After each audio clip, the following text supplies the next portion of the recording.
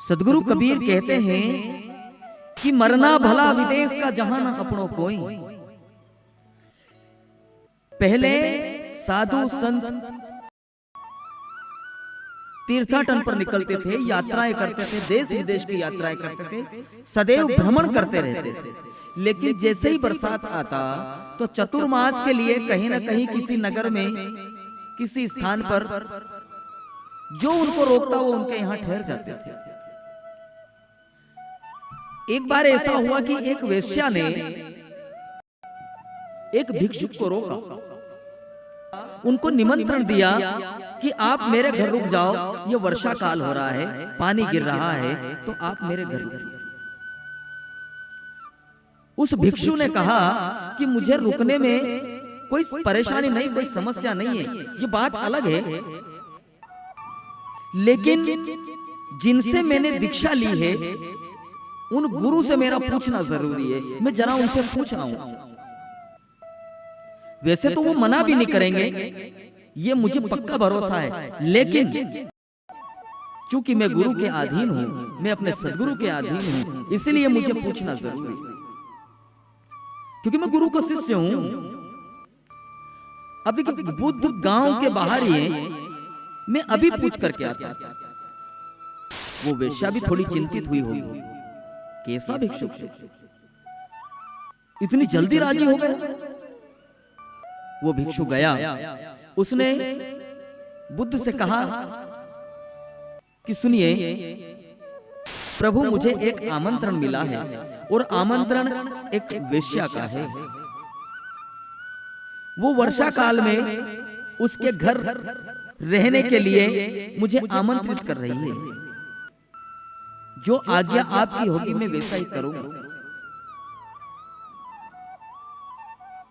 भगवान बुद्ध ने कहा तू जा सकता है, निमंत्रण किसी का भी हो उसको ठुकराना उचित नहीं है। जैसे ही बुद्ध ने यह बात कही, उसको आदेश दिया, सनसनी फैल गई भिक्षुओं में। कोई 10,000 भिक्षु थे, ईर्ष्या से, जलन से, द्वेषता से भर गए। उनके मन में यही लगा कि कितना सौभाग्यशाली है ये। तो वेश्या ने निमंत्रण दिया वर्षा काल का, और हद हो गई कि बुद्ध ने उसको स्वीकार भी कर लिया और आज्ञा भी दे दी। एक भिक्षु ने खड़े होकर के कहा कि रुके प्रभु, आप ये क्या कर रहे हैं? आप ये गलत नियम प्रचलित कर रहे हैं, ये ठीक नहीं है। भिक्षुओं को वेश्याएं आमंत्रित करने लगे और भिक्षु उनके घर रहने लगे, तो इससे क्या होगा? इससे अनाचार फैलेगा, इससे भ्रष्टाचार फैलेगा। ये नहीं होना चाहिए प्रभु। बुद्ध ने कहा अगर तुम्हें निमंत्रण मिले और तू ठहरे तो क्या भ्रष्टाचार फैलेगा? तू ठहरने को कितना आतुर मालूम होता है।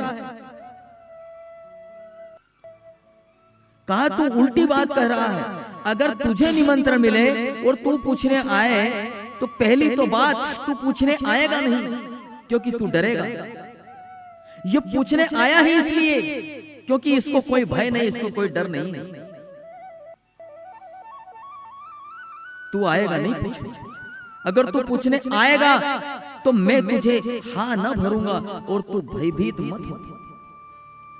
मुझे पता है यह आदमी अगर वेश्या के घर में ठहरेगा तो 3 महीने में यह वेश्या के पीछे नहीं जाएगा, वेश्या इसके पीछे जाएगी, क्योंकि मुझे इस पर भरोसा है। ये बड़ा कीमती है। वो भिक्षु चला भी गया।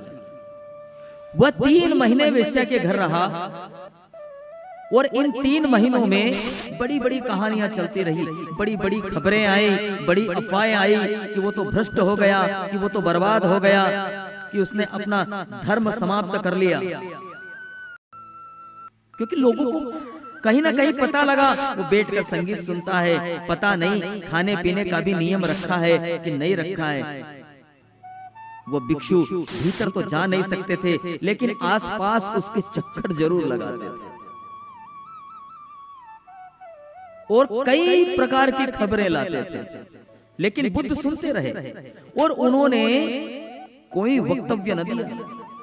3 महीने बाद जब भिक्षु आया तो वह वेश्या उसके पीछे आई और उस वेश्या ने कहा कि मेरे धन्य भाग कि आपने इस भिक्षु को मेरे घर रुकने की आज्ञा दी। हे प्रभु, मैंने सब तरह की कोशिश की इसको भ्रष्ट करने की, क्योंकि वह मेरा अहंकार था। जब वेश्या भ्रष्ट कर पाती है तब वो जीत जाती है। वह मेरा अहंकार था कि यह भिक्षु भ्रष्ट हो जाए, लेकिन मैं इनके सामने हार गया। मेरा सौंदर्य हार गया, मेरा शरीर व्यर्थ हो गया, मेरा संगीत व्यर्थ हो गया, मेरा नृत्य इसे कुछ भी ना लुभा पाया और 3 महीने में मैं इसके लोभ में पड़ गया। अब मेरे मन में यह सवाल उठने लगा कि क्या है इसके पास, ऐसी कौन सी संपदा है जिसके कारण मैं इसको व्यर्थ मालूम पड़ती हूँ, कचरा मालूम पड़ती हूँ। अब मैं भी उसी की खोज करना चाहती हूँ और जब तक वो संपदा मुझे ना मिल जाए तब तक मैं सब कुछ करने को राजी हूँ, सब छोड़ने को राजी हूँ। हे भगवान, अब जीने में कोई अर्थ नहीं जब तक मैं इस अवस्था को न पालूं जिसमें यह भिक्षु है, तब तक मैं चैन ना लूंगी। और कहते हैं कि वो वेश्या उस भिक्षु की संगति पा करके और वो भिक्षुणी हो गई, एक साधु को उपलब्ध हो गई, साधु पद को उपलब्ध हो गई, संतत्व को उपलब्ध हो गई। ऐसी संतों की संगति, ऐसा संतों का व्यवहार, ऐसा संतों का चरित्र है। इसलिए संगति करें तो संतों की संगति करें ताकि जीवन का बेड़ा पार हो जाए, जीवन का बेड़ा।